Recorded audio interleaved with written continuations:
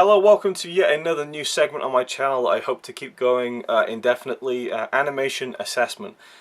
This is something I've wanted to do for a while as well, and I kind of got frustrated with all the reviews I was doing for the 1001 Movies You Must See Before You Die series, because there's not many animated films in there, and I was like, oh, I wish that this film was in there so I could talk about it and do a review about it. And then I realized, well, I can just do my own little series, so that's what I'm doing here, talking about all kinds of animation, and it's something I've been really getting into the past few years. I think most of us grew up with Disney films and that kind of stuff, but moving beyond that to more kind of serious stuff, more adult stories and themes tackled in the genre of animated films is something I've got really interested in the past couple of years. So I'll be talking about those kinds of films, but also the standard ones as well I'd like to talk about. So for this one, to kick it off, we're going to talk about My Life as a Courgette, which I believe is some kind of food. I'm not too sure. And in America it was released as My Life as a Zucchini, and as far as I'm aware, they did not only an English dub of the film, but a British English dub and an American English dub because of the confusion between courgette and zucchini. And that just sounds like a massive waste of time and money to me, but it is what it is. It's a French film, and it's stop motion in animation, which is something I'm a big fan of as well. I find it so impressive to see a great stop motion animated film, because you have to get everything so perfect, from not just moving all the pieces on the screen that you're seeing, but also having the lighting perfect so there's no kind of seams, you know, around the edges. You have to be really, really careful with that stuff, and it is long work. Not that making films or drawing animation by hand isn't, you know, long work either, but it requires an incredible amount of patience, I would imagine, and a lot of discipline to get right. And this is one of those ones that gets it right, and it looks fantastic. And even though you have these very cartoony characters, you end up coming away from it with a really affecting story. It's about a young boy called Iker, who is dubbed Courgette by his mother. That's his nickname, and so he kind of owns that and calls himself Courgette. And at the beginning of the film, he goes through quite a traumatic experience and is taken away from his mother and goes to a home for kids who have similar situations. Their parents have gone off the rails, whether it's drugs or even darker stuff, and they allude to that. And Iker becomes friends with the kids there, and a new girl comes along who kind of catches the eye of Iker, and he takes a shine to her, and so does everyone else in the home. And really it's just about him working through everything. And the kids working through things together with their own problems. They're able to relate to each other and kind of just get through things. And some of the adult characters play into that very well also. And what I liked about the film was that the home only had about 5 or 6 kids, which I'm guessing is probably quite, you know, unrealistic. I'm sure if they had a facility set up, and I'm sure they do, for real kids who've gone through terrible things with their parents and have to be taken away from them, that the facilities house a lot more than a few kids. But for the purpose of the film and the story that it's telling, it means that you get to know all of them, you know, and there aren't all these kind of, you know, stock characters. You get to know each and every one, and while a few of them are more developed than others, I really liked how it was this small kind of tight-knit group. It really made it heartwarming to follow their journey together, and it's a really funny film too. I don't know where else I would see, or in the case of this film, because I watched it in the original French language, I don't know where I would see written on screen during a movie, I hear that their wieners explode, and find it so heartwarming and funny, you know, because the kids start talking about sex, and it's their 10-year-old perception of sex that's so funny to kind of see them kind of get excited about, and, you know, they don't even know what it is really.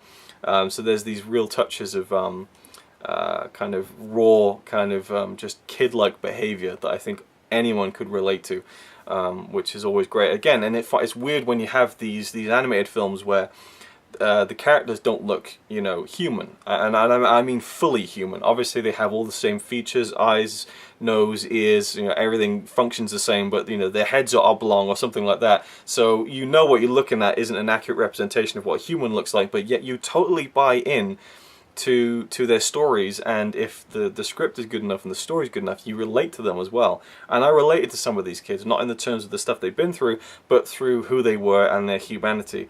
And I just found it so gripping and affecting, and it's only an hour long, and I've heard people say that the film kind of is so brisk in pace that it kind of washes over some of the more, you know, serious material in the film, dealing with what had happened to these kids with their parents. And I kind of disagree with that, at least with my own interpretation of the film or my own feeling of the film, because it makes sense to me, again, not that I would know it, it makes sense to me that kids who go through this kind of stuff and are kind of grouped with other kids who've been through that kind of stuff, they kind of have this, you know, fight or flight, you know, sink or swim kind of mentality where they just have to keep moving forward, and they're kind of bolstered by each other, that, you know, these kids, that they know what I've been through, kind of, in a way, and so I can let them in, and we can move through this together, even though they're not consciously thinking about that. I feel like it would be this kind of brisk thing where you just keep moving forward. You don't talk about it much, you're aware of it, but you just kind of try and get on with it.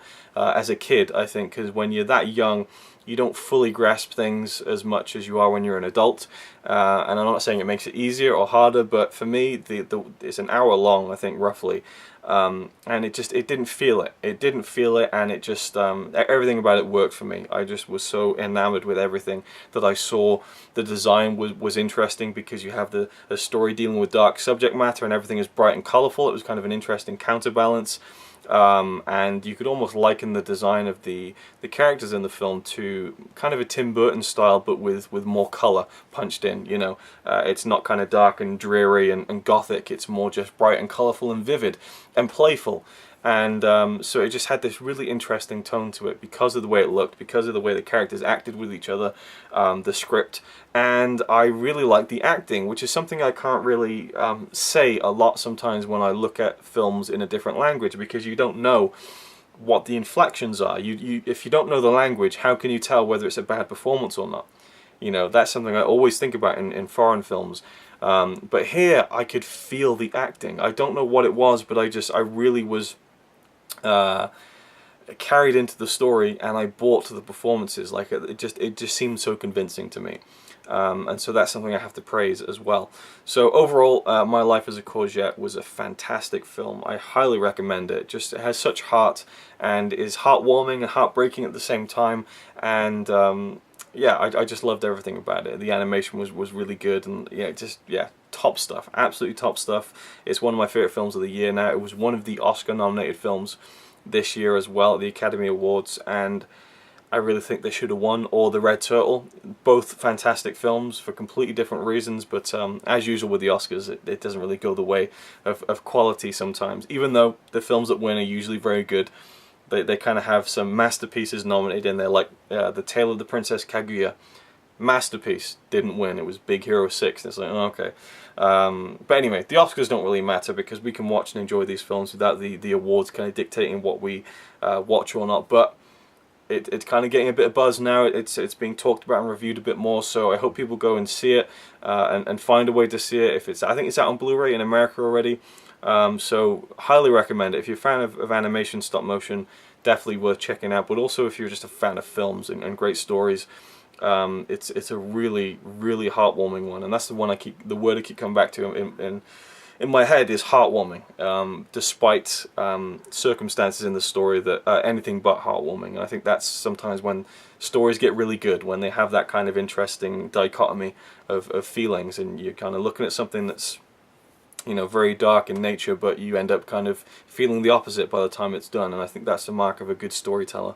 So the director, Claude Barras, did a great job, and so did the cast and the people who put all the puppets together, and the lighting team, everything.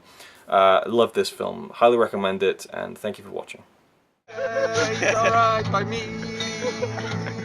Apart from the fact he throws cans of Carlin into a tree. Yeah, he's really cool. Yeah, he's really cool. But he's not quite as cool as you, 'cause